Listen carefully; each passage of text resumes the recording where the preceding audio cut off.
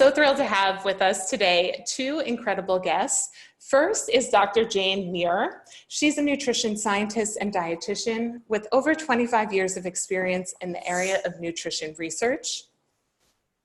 She is also the head of Translational Nutrition Science in the Department of Gastroenterology at Monash University in Melbourne, Australia.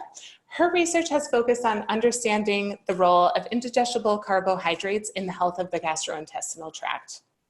In her current position, Professor Muir works in collaboration with Professor Peter Gibson, head of gastroenterology. A major area of their research involves investigating the role of poorly absorbed short-chain carbohydrates, called FODMAPs, on the genesis of symptoms in patients with functional gut disorders, such as irritable bowel syndrome. Over the last 10 years, their team has provided a strong evidence base for the use of the low FODMAP diet to control gastrointestinal symptoms associated with IBS. More recently, her team has turned their attention to understanding how best to feed our gut microbiome. Thanks so much, Jane, for being with us today. We are also delighted to have IBS expert and registered dietitian Kate Scarlata with us. Kate is a Boston-based registered dietitian and New York Times bestselling author with 25 plus years of experience in digestive health. Kate specializes in GI health, including treatment for irritable bowel syndrome, celiac disease, inflammatory bowel disease, mast cell activation syndrome, and small intestinal bacterial overgrowth.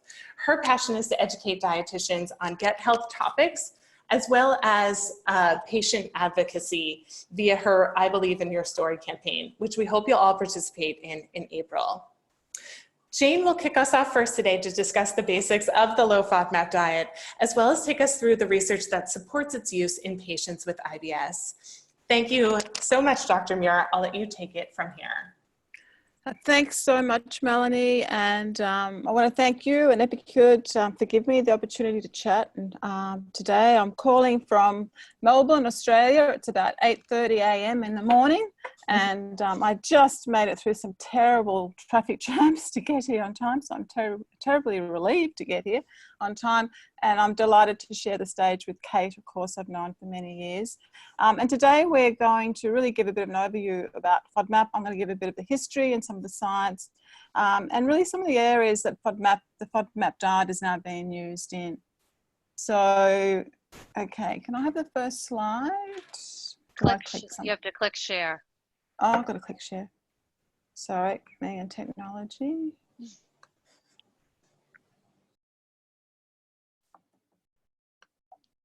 Okay, is that everyone seeing that now? Yes. Yes, okay, great. Yeah, you're good to go, Jane. Okay, here we are. And why is that not progressing? Oh. The arrows on the left, lower left, you hit those with.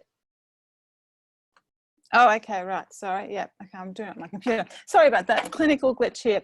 So let's just talk about the clinical problem, this problem of IBS, which is a major issue for many of our gastroenterologists around the world, not just in Australia, but in the US. And the symptoms of these people are, abdominal pain, bloating, distension, change of bowel habit, going from diarrhea to constipation and extremes, everything in the middle.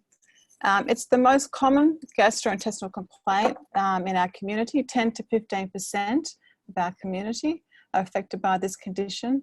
The causes we're still not sure, but there's many factors involved, including disturbance in gut motility, there's visceral hypersensitivity and alterations in gut microbiota, so possibly a dysbiosis of the gut microbiota. These people have a significantly reduced quality of life. And in fact, a survey that was done fairly recently of patients who are managing this condition actually declared that they would sacrifice 10 to 15 years of life for an immediate cure. So that's an indication of really how debilitating this condition is for these patients. So the economic burden is high with absence from work and school. So it's a major problem. There's no quick fix. There has been no quick fix. There's no single drug that will deal with all of these symptoms and no immediate cure. But our patients with IBS have always told us that certain foods would trigger their symptoms. In fact, 60 to 80% of patients with IBS will claim that certain foods will trigger their symptoms. And there's been such a wide variety of foods implicated. So this is sort of just going back into the history, really, of how we came up with the FODMAP hypothesis. And going back into around 15 years ago, when we were looking at these possible candidate dietary triggers, trying to identify which components in food that could be candidates or culprits for triggering symptoms in our patients. And we focused on the short chain carbohydrates, and we focused on those because they had many of the characteristics that we were looking for, effects on gut symptoms. Many were small and they're osmotically active.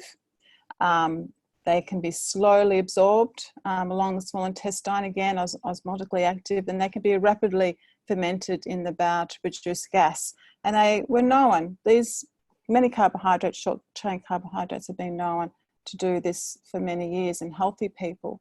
In fact, if you go back into the history of short chain carbohydrates, and I haven't got a little pointer, but if you go up the very top, you can see as far back as the 1960s, we identified certain sugars, such as lactose, could trigger gastrointestinal symptoms in people. And of course, in the 70s, we had fructose, sugar polyols, we had fructans and galacto-oligosaccharides, all these specific culprits, I suppose, that were known to cause problems, gut-type problems.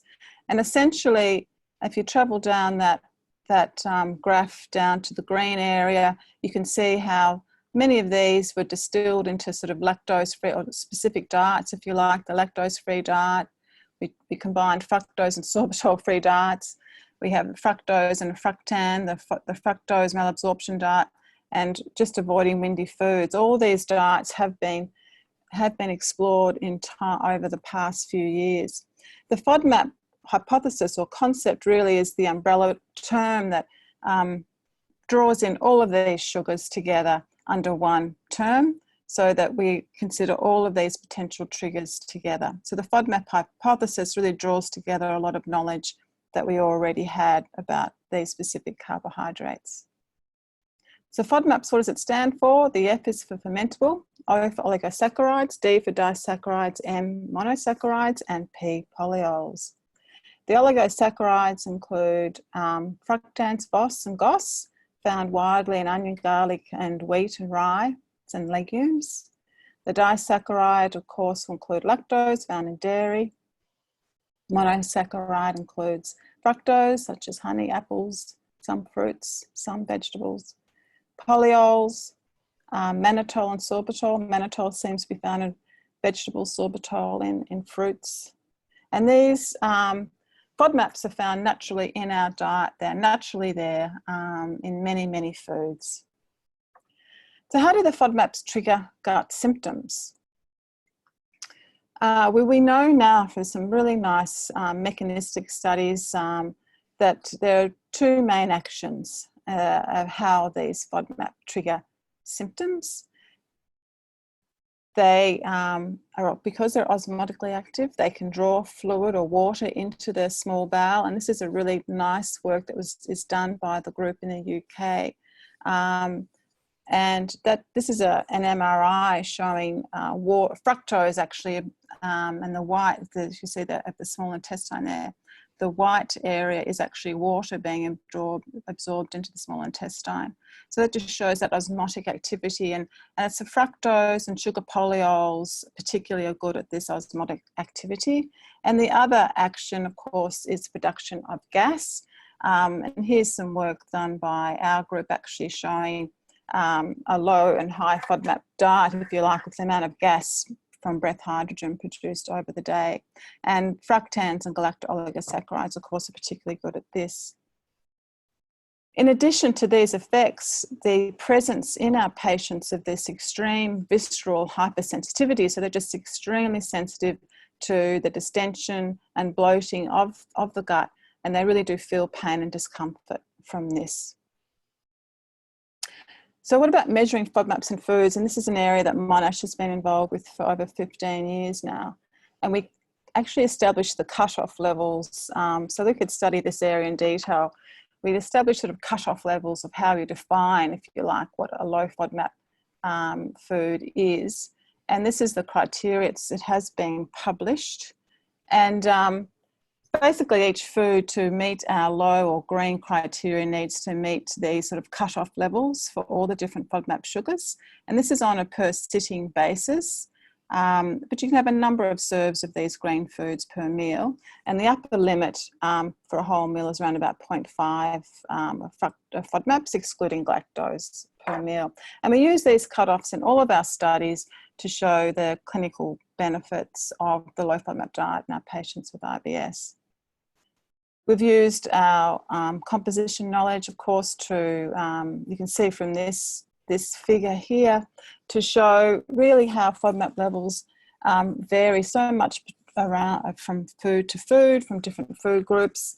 And generally, we apply our cutoff levels here. You can see that in every food group, there'll be a low FODMAP alternative. So breads, for example, rye bread is extremely high in FODMAPs, and it has more than just one type. It has fructans and GOS and some fructose. But there's usually a low FODMAP choice there within that group. So spelt and gluten-free breads tend to be low FODMAP. So if you go through all the major food groups, there's always high, but there's always a low FODMAP alternative with that group. So it's not a diet that is going to eliminate any group. The key principle about the low FODMAP diet is that it's replacing high FODMAP foods with a low FODMAP alternative. So it's not elimination, it's more this swapping concept. And of course, we share all of our knowledge on FODMAP content via our smartphone app. So by using our knowledge of composition, we've really been able to develop low and high FODMAP diets. They're balanced diets. There's no food category that is missed in this diet. And this is where the role of dietitian is very important, in making sure that their patient is having an adequate diet and getting a diet that's low in FODMAP but nutritionally adequate as well. There's very good scientific evidence behind the efficacy of this diet now.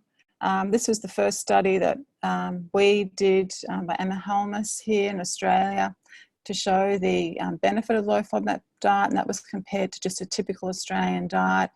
And that was published a number of years ago. But since this study, there's actually been studies undertaken in different countries. So the work has been reproduced in different groups, different scientific groups, research groups around the world, including in the US. So the diet has good, strong scientific base behind it. It's effective in 3 out of 4 patients with IBS, so it's actually a highly effective diet. And how we deliver our knowledge, of course, is through our smartphone app, which is downloaded in over 130 countries now. And the funding really does help come back to support research and more analysis of foods. So the database is growing every day, and we share that through the app. You see here there's a lot of information in the app, but I'd sort of like to draw your attention to probably the food guide section, which is where, the heart of the app has our food knowledge, but also we now have a Find a Dietitian function in the app.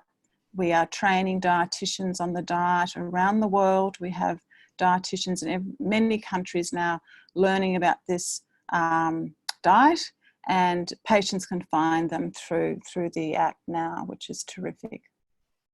The app uses a traffic light system, so green is low, and you can eat these foods. They're low FODMAP, and red is high, so you need to limit or avoid these foods. So it's a very simple concept, and it is this idea of swapping. So you're not avoiding whole food groups, you're simply swapping a high FODMAP food for a low FODMAP alternative.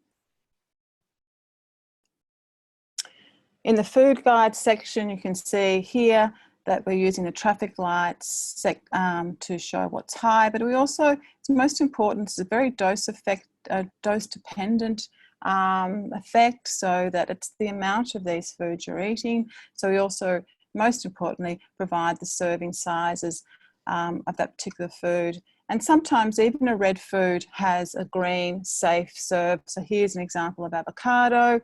It is a red food, it's high in sorbitol, but there is a safe serve of that food, and you can have about 30 grams of that, it's about quarter of an eighth of an avocado. So it's nice to know that there, even for some red foods, there's a safe serve. I just want to talk a little bit about FODMAP stacking. Because this is an area now which is sort of getting some attention, and there is sort of, I call it FODMAP stacking fear that we hear. And basically this is now people making up their low FODMAP meals, and there are some concern that you're eating maybe too many FODMAPs, with too many foods with some FODMAPs, and so this may accumulate over the day and you'll end up with some symptoms. So again, just to go over the fact that the cutoff values are for whites for each food in a meal. It is for a whole meal, and I guess the limits that we have, which is around about for the whole meal, around 0.5 grams of FODMAPs per sitting per meal. There's certainly a lot of room there to have a number of, quite safely, a number of green serves of foods and still be considered low FODMAP. And with the gap between the meals, you spread them out over the day, you should be okay. And I just wanted to share this example here. This is sort of a study that we do, examples of our low FODMAP and high FODMAP diets that we have run with some of our studies. And you can see here the low FODMAP diet that we would create for our participants in our studies on the left. You can see the levels there are very much below the 0.5 cutoff for the low FODMAP. Certainly on the high FODMAP, they're quite high. And just to show, these, had a number of food items at each sitting, all meeting our grain serving suggestions. They're all grain at the serving size we suggested. And all of these, see the number of sittings over the day. So it's not just, so I guess it's that concept of having a whole meal and making sure that each of the items is green or low FODMAP. Should be okay for most people. So just make sure each food in that meal meets the low FODMAP grain criteria. And you certainly can combine a number of low foods in a meal to make a complete meal or snack. The stacking is, the cutoff is about 0.5 grams of FODMAPs per meal, and that does not include lactose. But if you're concerned, or if patients are concerned about the stacking, just remind them to have a break between meals, but generally they should be fine. So overview of dietary management. Now Kate's going to talk about this in more detail, but I just wanted to start off by saying that it's very important that the diagnosis of IBS has been made by the physician, and hopefully they will then refer to a dietitian to trial a diet therapy to manage the IBS. And the dietitian will then explore whether or not the low FODMAP diet is appropriate in that patient. Dietitian has a vital role in this process. There's 3 phases of the diet, and I know Kate's going to go into this in more detail, so I won't sort of dwell on this one. But again, the dietitian has a vital role in helping the patient through each of these phases. And we know this now because of a study that Caroline Tuck was one of our dietitians who finished a PhD with us and was in Canada for a few years. Did this really nice real world sort of study looking at patients who had IBS and were following a low FODMAP diet. Some actually, only about 30% actually saw a dietitian, but it's probably a bit hard to read. But basically what she found was the ones who had help from a dietitian was so much better at complying with the diet. So it really did show the important role of a dietitian in helping comply and follow this diet. Dietitians have another important role to identify contraindications for diet therapy. And this is this concept of FODMAP gentle, or just, which Emma Helmus and Peter Gibson just wrote a really nice little review that's references down there. And there are certain conditions, certain situations where the diet really needs to be modified or have this gentle approach, or maybe no therapy at all. And certainly, I think Kate might talk about this a bit more, but certainly if someone has active eating disorders, no therapy, you know, really, you wouldn't want to be adding another restrictive diet on that, and they need an alternative help there. And so I think, again, someone who has malnutrition, you might have a more FODMAP gentle approach, and certainly for children, we would advise a FODMAP gentle approach. So this is really the fine-tuning of the diet. It's not a one only diet. It's just going to suit everyone. It really does need to be modified depending on the sort of patient that you have and the sorts of, really their capacity to learn about the diet. So it's just important to consider that. Dietitians have a vital role in sorting through this. Now, just to finish off, I'm just going to talk about some areas where the FODMAP diet's being explored. And one of the areas I think it's been terribly interesting is understanding the gluten wheat intolerances in people who do not have celiac disease. So the research is really showing now that people with gut symptoms that they don't have celiac disease but do follow a gluten or wheat-free diet, excuse me, are reacting to the FODMAP component and not actually the wheat. And this is work that we did a number of years ago to show that actually when you look at the FODMAP content of grains and gluten-free and gluten-containing grains, the gluten-free grains all tend to be very low in FODMAP. So this really suggests that people are probably feeling so much better on a gluten-free diet or wheat-free diet because they've reduced their intake of FODMAPs, and the research is now supporting this. So it looks like gluten may not be the culprit in these people, and much greater relief from symptoms might be achieved through following the low FODMAP diet. The other area where some research has been done by our group is in the role of the diet in treating infantile colic in breastfed infants. So Marina Yakovou, who's one of our PhD dietitians, again, has finished this study and showed very promising findings that the effect of the maternal low FODMAP diet, so just feeding the mother who's breastfeeding, a low FODMAP diet, can improve the symptoms of colic. That's reduced crying time and fussiness in their infant. These are exclusively breastfed. So it certainly does suggest that a low FODMAP diet can provide a useful short-term intervention in breastfed infants with colic. Other areas where the FODMAP diet are being used is in IBD. It's been adopted in clinical practice to treat inflammatory bowel disease. This is really, again, this approach is for patients, certainly where IBS type symptoms can coexist with IBD, and around about 35 to 45% of patients who have quiescent or inactive IBD often meet the criteria of IBS, so they do have some IBS symptoms. So while their disease has to be managed with medication, some of the symptoms can be alleviated by following a FODMAP approach. Again, you'd probably use a FODMAP gentle approach here. But this is something that's is being actively used now in clinical practice. The other area where FODMAP diet is showing some promise is the treatment of endometriosis in women. Around about 1 in 10 women are affected by this condition. There's considerable overlap between endometriosis and IBS. And again, a retrospective study that was done by one of our nurse practitioners here, who was doing a PhD in this area, did find that the low FODMAP diet, that the patients with endometriosis and IBS symptoms, they responded very, very well. So again, I think there's a lot of scope in this area for more research to help women with these symptoms, terrible symptoms of endometriosis. So just to finish off and introduce Kate, these are just some of the tools, some of the toolkit, I suppose, that the team at Monash University have developed over the years to help patients manage their condition, to help health professionals learn about this diet. We also work with food industry to certify, test and certify foods to make sure our patients have low FODMAP food options. And we also have a recipe certification program as well.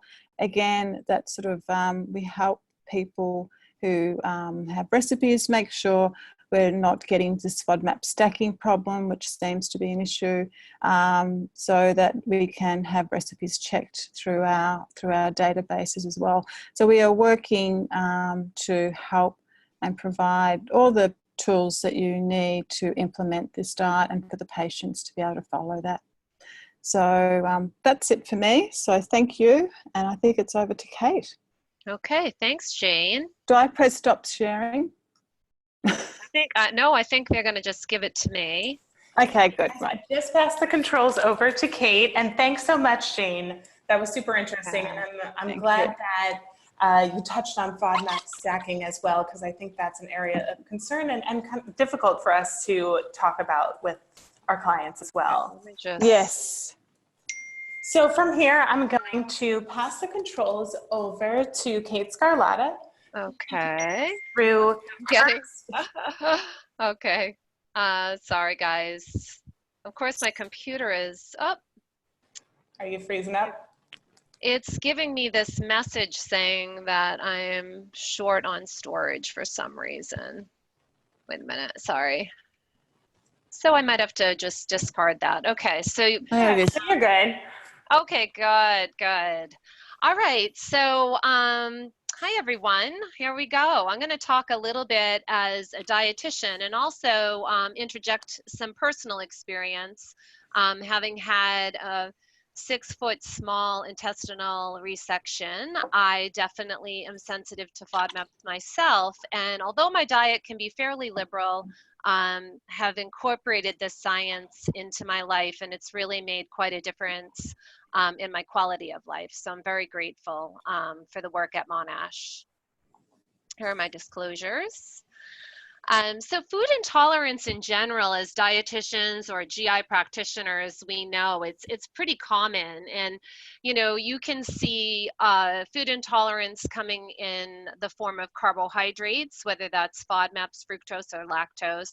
But there are other forms of intolerance, protein intolerance, such as gluten, and even histamine intolerance we're learning a little bit more and more about. So just as a general rule, food intolerance occurs pretty commonly in about 20% of people in westernized countries.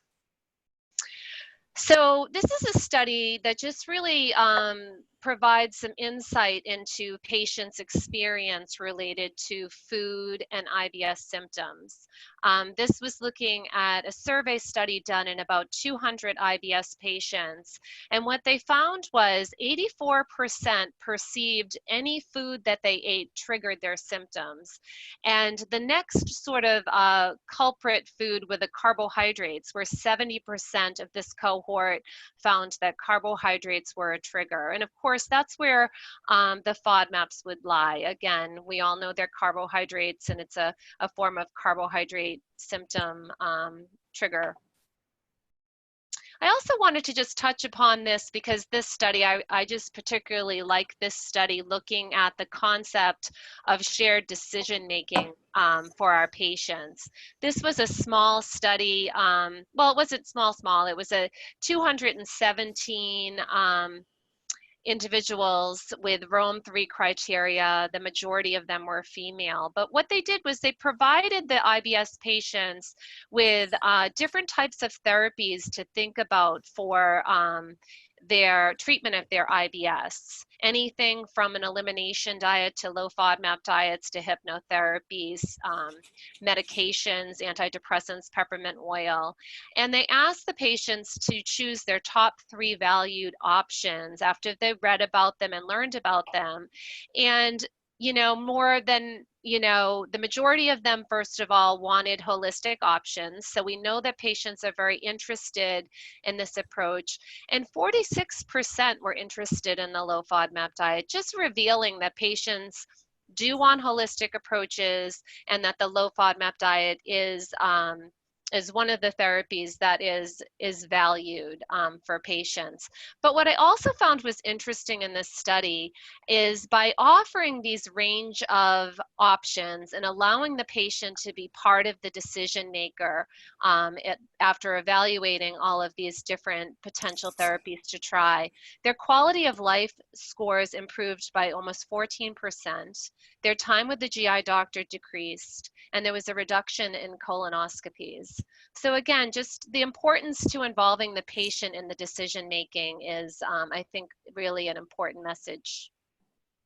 So as Jane mentioned, this is the FODMAP acronym. I think the takeaway from my slide, as Jane mentioned, the monosaccharides, excess fructose, and even the small polyols are the most osmotic, have a tendency to pull in the most water. The smaller the FODMAP, which is the excess fructose, will be the most osmotic. And the longer the FODMAP, the more fermentative the FODMAP. So fructans and GOS are the longer FODMAPs, so they tend to be the bigger culprits for lower GI gas. So just to show a little differential in the different FODMAPs, having a little bit of a differential effect for GI symptom induction. Of course, the osmotic effect and the gas will stretch the gut, and collectively that will work on inciting GI symptoms. As Jane mentioned, and it bears repeating, it's really important to screen and select the correct IBS patient for the low FODMAP diet, because there are some indications for not using the low FODMAP diet. We want to make sure that the patient has no evidence of an eating disorder or maladaptive eating or extreme food fears. We want to ensure that their diet recall actually reveals that they're eating high FODMAP foods. If they come to see you and they're eating 6 foods without FODMAPs and they're still symptomatic, it's not the FODMAPs, right? We want to make sure that eating exacerbates symptoms. So the majority of people will experience symptoms with eating. As we saw in that survey study, 84% found just eating any food exacerbated symptoms. But there are some patients that do not have food-induced symptoms. So you want to ask that simple question. And then you want to ensure that nutritional approach to treatment is desired. And then I generally make sure that a celiac serology testing has been completed. Even though the low FODMAP diet is not a gluten-free diet, it does reduce gluten. As Jane alluded to, there's a lot of overlap with FODMAPs and gluten. And we want to make sure for the testing accuracy that the patient is actually consuming adequate gluten. So again, bears repeating, this is a 3-phase diet. The elimination phase generally runs 2 to 6 weeks. Kind of think of the elimination phase as a diagnostic tool. We're determining if the patient is sensitive to FODMAPs or not during this time period. And then the second phase, after the patient hopefully has good symptom resolution, we will go on to the reintroduction phase to determine what FODMAPs they're sensitive to. And that generally takes about 6 to 8 weeks. I'm going to provide some details on that process in a moment. And then the last phase of the diet is the personalization phase. And this is when we add back the foods that the patient has successfully reintroduced during the reintroduction phase. So they can expand their diet, increase their food-related quality of life, and move on with their life. So there are many things that dietitians do, but we do want to make sure that we're not just giving them a low and high FODMAP list and saying, good luck with this, choose the low FODMAP foods, goodbye. They need tools such as label reading, tips, menu planning, so that you can look at their menus, what do they like to eat, and plan out alternatives for them so that they have at least a few days of meals to kind of rely on in the beginning stages. I have to say, working with patients, it's amazing how quickly they learn and adapt to this diet. But in the beginning, it's a bit overwhelming. There's a lot of nuances, as we know as health professionals, but can be a little bit more problematic from a stress standpoint from the patient, and we don't want that to happen. I generally provide a basic pathophysiology of FODMAPs in the gut, so adult learners like to know why they're doing this and why it makes sense. And I also want to make sure that the diet isn't going to add stress. So I really encourage them to do their best to learn if the diet's going to work for them, but no need to strive for perfection. You got to give them a little wiggle room. Otherwise, you know, they'll feel like they failed with any little dietary indiscretion. The other thing I really encourage patients, and this comes up a lot, if they went out to dinner, they think they had garlic and they don't feel well, do they need to go back to day one of the diet? They've been doing the diet for 2 weeks and they were hoping to get off in a week. No, they don't have to start off to day one. They just go back to the low FODMAP diet at the next meal and resolve the symptoms that they hopefully resolve their symptoms that they had at their meal out. And the other thing is, when they do these dietary indiscretions, they may learn from their mistakes. They may learn, like, well, I had that dish at my favorite restaurant that I thought wasn't a problem, but it really is a problem. I need to find out what's in there. This is from a handout that I have on my website. It's a free downloadable. Just to show, I show patients this when I'm walking through sort of the pathophysiology of FODMAPs. Can feel like a water balloon in their gut or gas like a hot air balloon. And they seem to like that little depiction of FODMAPs.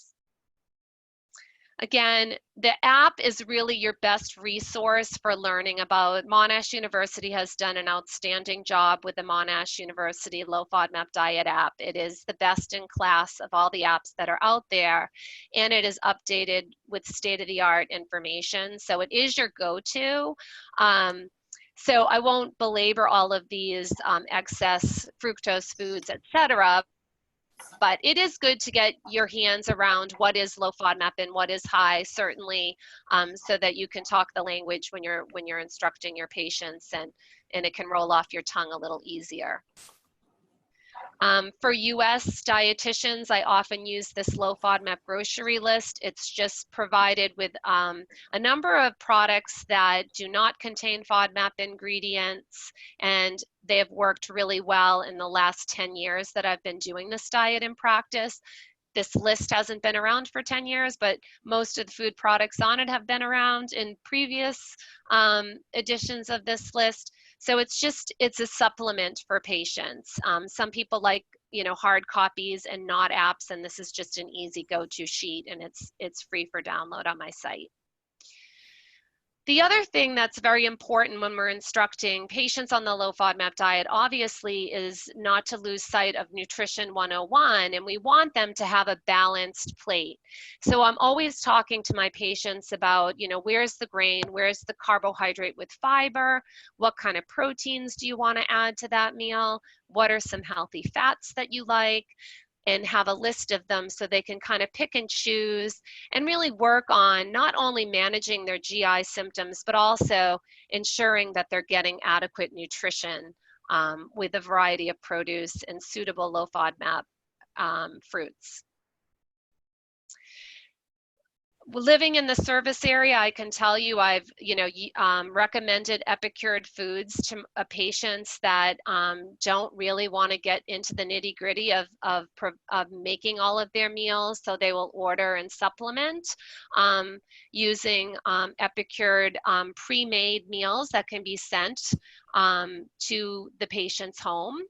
So that is a great resource for patients in the Northeast USA area. And I just wanted to note that Epicured does send clinicians a free box to try So I've tried a number of their products and I'm a huge fan.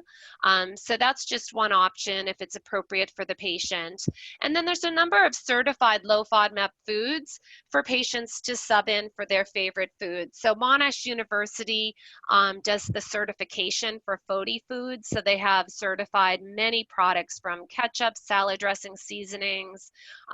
They have bars for on the go. And then, excuse me, Green Valley has used FODMAP certification as well, FODMAP friendly certification for their lactose-free dairy products. And Enjoy Life also has a few new low FODMAP products as well.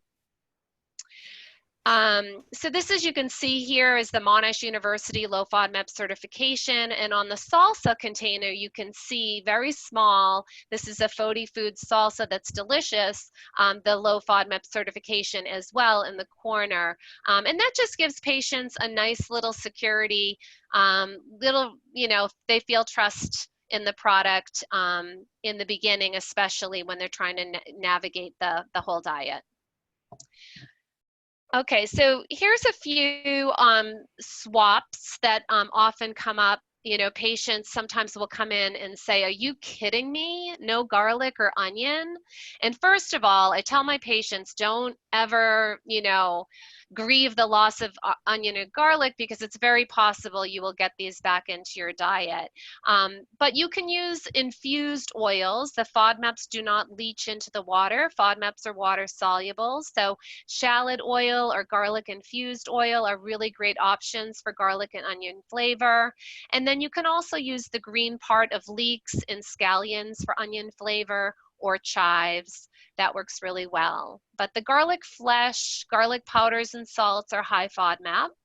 And for onion, shallots, and leeks, the majority of the fructans, the FODMAP in onion, shallots, and leek are in the bulb. So the greens would be okay.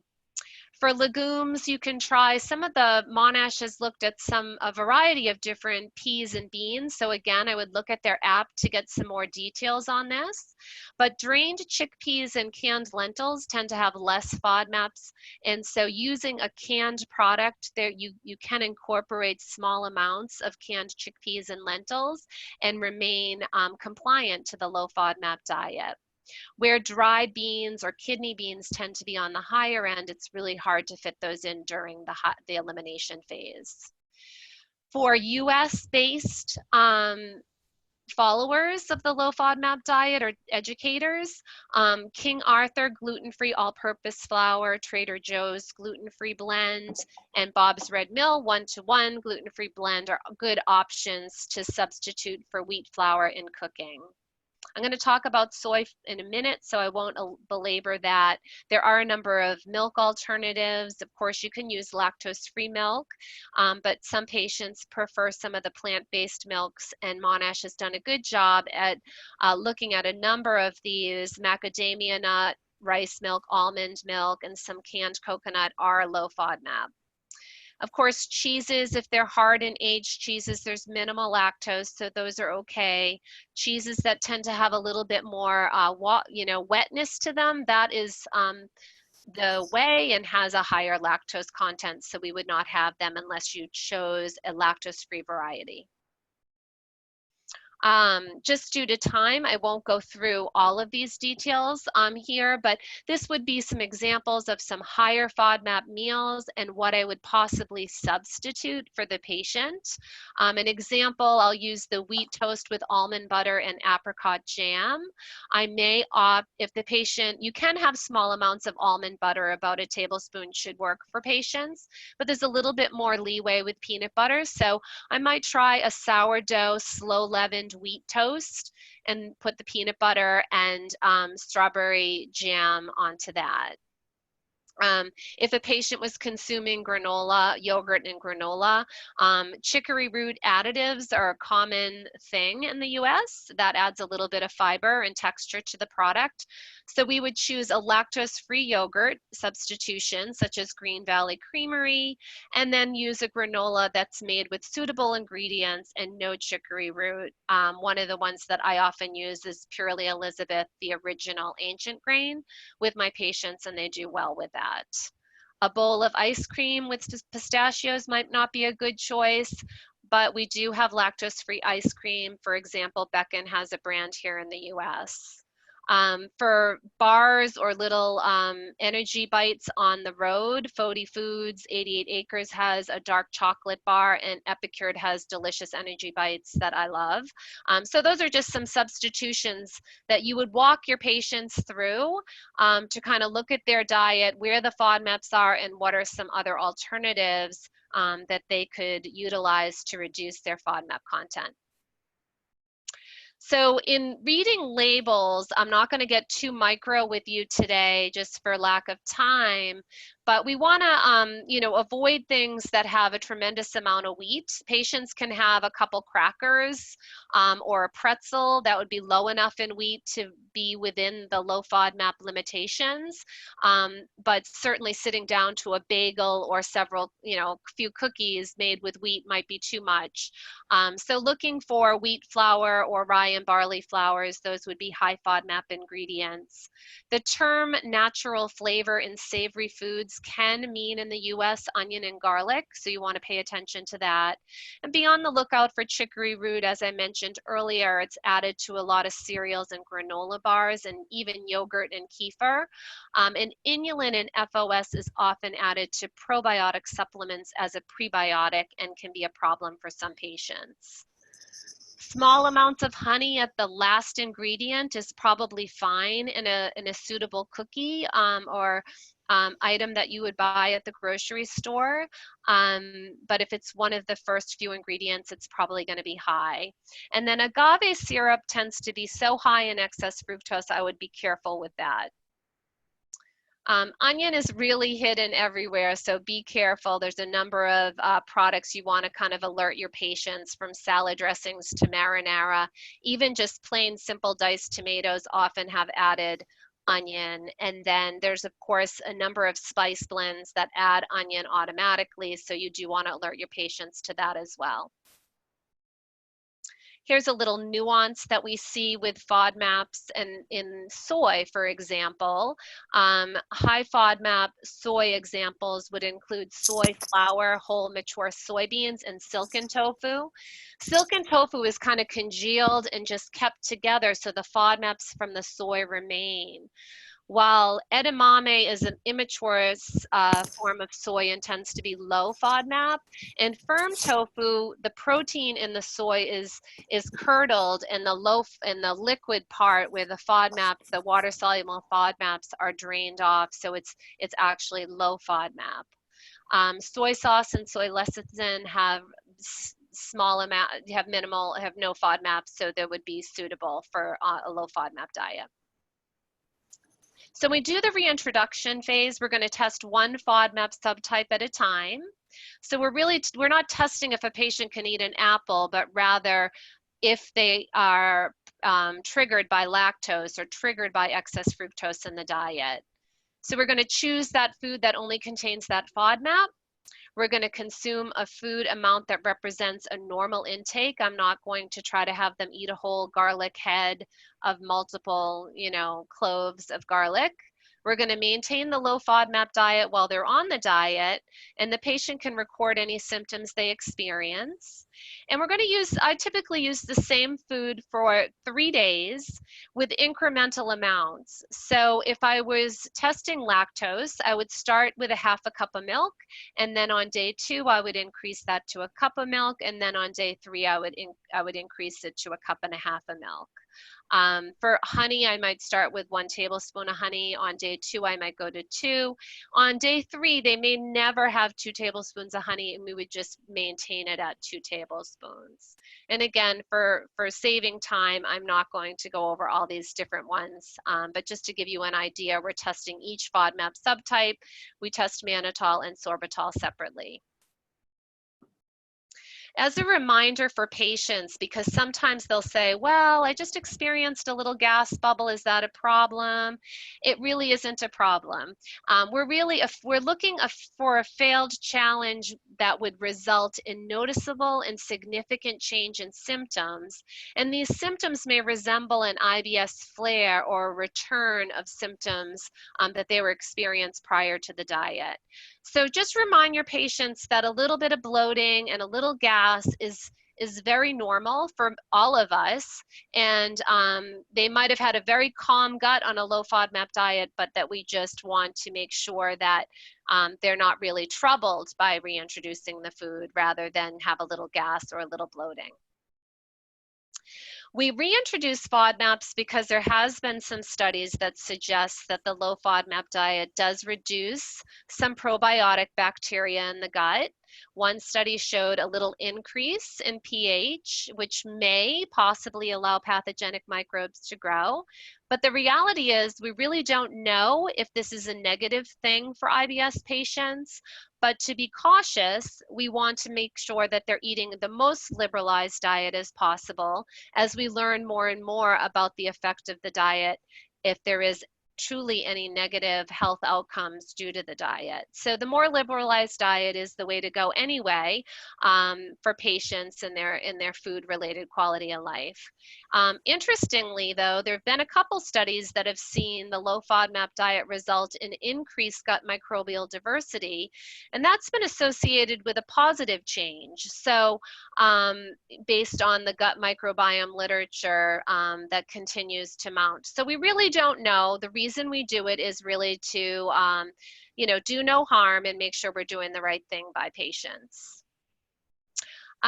Just quickly, for patients that don't respond, I would send them back to the GI doctor depending on what their residual symptoms or presentation are. Again, I'm not going to go over this in detail due to lack of time. But for instance, if a patient still was troubled with diarrhea despite very good compliance to the diet, I would refer back to the doctor to assess for other things. For instance, a parasitic infection, possibly bile acid malabsorption, maybe SIBO, or other reasons the diarrhea has persisted. And then quickly, Jane did touch upon food fears and the FODMAP gentle diet.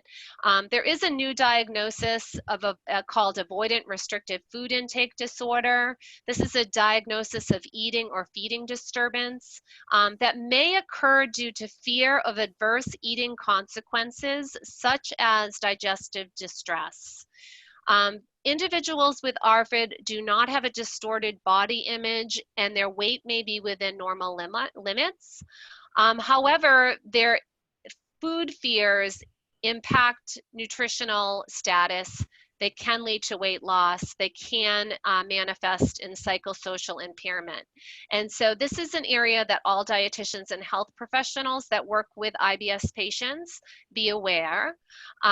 You could ask questions like, do you consider yourself to be anxious around food? Do you struggle finding foods that do not bother your symptoms? I would argue that IBS patients do feel some level of food fear, and that's not pathological. But if it's really impacting their quality of life, you may want to seek guidance from an eating disordered professional, behavioral therapist, and/or dietitian. So there has been some studies looking at ARFID and GI disorders. One study by Zia and colleagues did find 21% of patients that were at a clinic with that had functional GI disorders met criteria for ARFID, and a recent study from U Michigan found 12.6% met the criteria for ARFID. But I also want to make out the point, this is very important, that the screening tools for ARFID in any eating disorder have not been validated in IBS. So this is just an awareness, something for us to pay attention to.